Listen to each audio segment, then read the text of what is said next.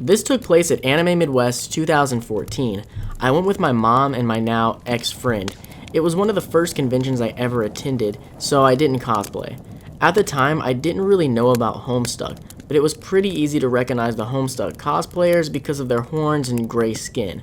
I remember a ton of Homestuck cosplayers made a conga line and were running around the con. I think the one in front had a boombox and was playing that party rock song or something like it. The hotel for this convention is basically a huge atrium with rooms lining the walls from the 2nd floor to the 10th floor.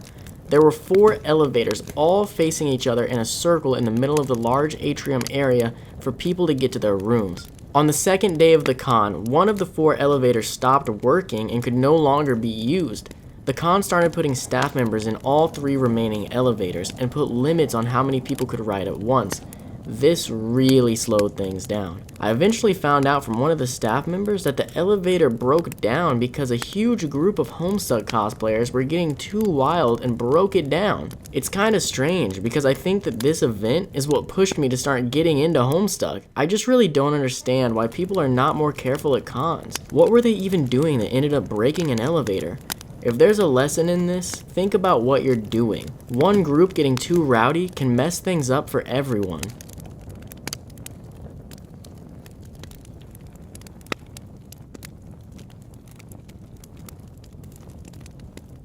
This took place at my local con in Canada called Animathon. It all started Friday afternoon. I was going to be taking part in 2 panels back to back with only a half an hour in between. For the first one, I was cosplaying Ryuko Matoi in her Senketsu armor, and the other was Honey from Ouran High School Host Club. The idea was that I would go do the panel as Ryuko, run to the washroom, change, and be back in time for the Ouran panel. Honestly, our plan worked out pretty well.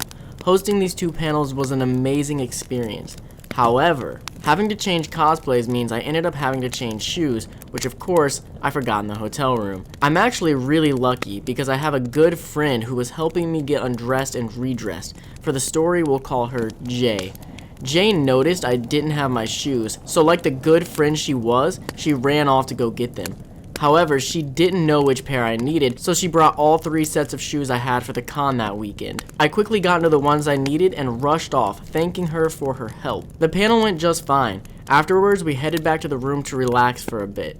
Not long after we got back, Jay realized her small purse was missing. Immediately, without question, we all ran off in different directions, asking every staff member we saw and everyone in the panel room. We even went to the Lost and Found a good 4 times. I also made a post on Facebook hoping someone might come forward with it. After all that, we came back with nothing. No trace of it anywhere. Fast forward to Saturday evening. It's almost time for the rave. I'm putting on my rave attire and looking for my dance shoes. I notice them on the shelf and head over to put them on. As I slide my foot in, it's blocked by what feels like a small piece of cloth in the shoe. I look inside to see what's blocking my shoe, and yep, you guessed it, it's Jay's purse. Turns out, in her mad dash to grab my shoes, she shoved her purse in my dance shoes and forgot all about it. We laughed for a good 25 minutes in our hotel room, and I took down the post on Facebook.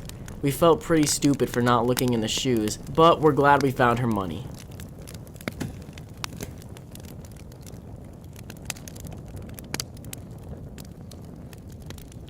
I was dressed as Mafia Jinx from League of Legends. It was Saturday night and we were in the lower level of the Hyatt, where all the action is once the dealer's room closes. We were standing in a group when a super tall and big guy approaches me and asks for a picture. Sure.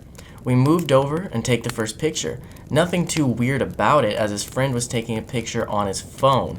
He then asks if he can pick me up and hold me for the second picture. I really wasn't interested in this, as the fringed dress I was wearing was homemade, along with my glass bottle pop gun, and I was scared of them becoming damaged in general. Well, he didn't even wait for me to answer, and literally picked me up over his shoulder and started spinning. I'm holding onto my glass prop for dear life. My wig flies off, and my other hand is attempting to keep my dress from flying up and giving the entire Hyatt a free show. His friend is laughing and taking pictures of this while I was screaming at this crazy drunk dude to put me down now. This only lasted about 10 seconds before my friends turned and saw what was happening. The entire group of my friends, around 12 people, and 11 are guys, literally swarmed these two. My boyfriend is yelling at the big dude to put me down, while someone else grabs his shoulder and stops him from spinning, and another grabs the pop gun before I drop it. Another guy grabs the phone out of his friend's hand and starts deleting the pictures, as there were probably pictures in there of my dress flying up. Picture guy just stands there, knowing the pictures are now gone, and he's outnumbered 13-2. Big guy, not so much. He finally puts me down and gets mad. He starts yelling about, "It's just an effing joke. You all are overreacting. I wasn't gonna drop her or anything. F you and F this," and then just storms off while still screaming at us, his picture buddy trailing behind him. Everyone around us who saw what was happening was shocked. Did this really just happen? I was dizzy, but otherwise okay. All the props and cosplay were undamaged, but I was just extremely angry about the whole situation.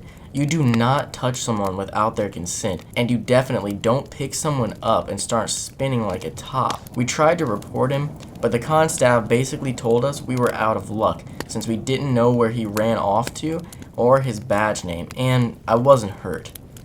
Lesson learned: always travel in groups. Hey guys, I'm always in need of more stories to tell here on Convention Storytime. So if you have an interesting story that you want to be read on the show, scroll down to the link in the description that will lead to a Google form where you can submit as many stories as you feel like. Also, thanks for watching, and I'll see you in the next video.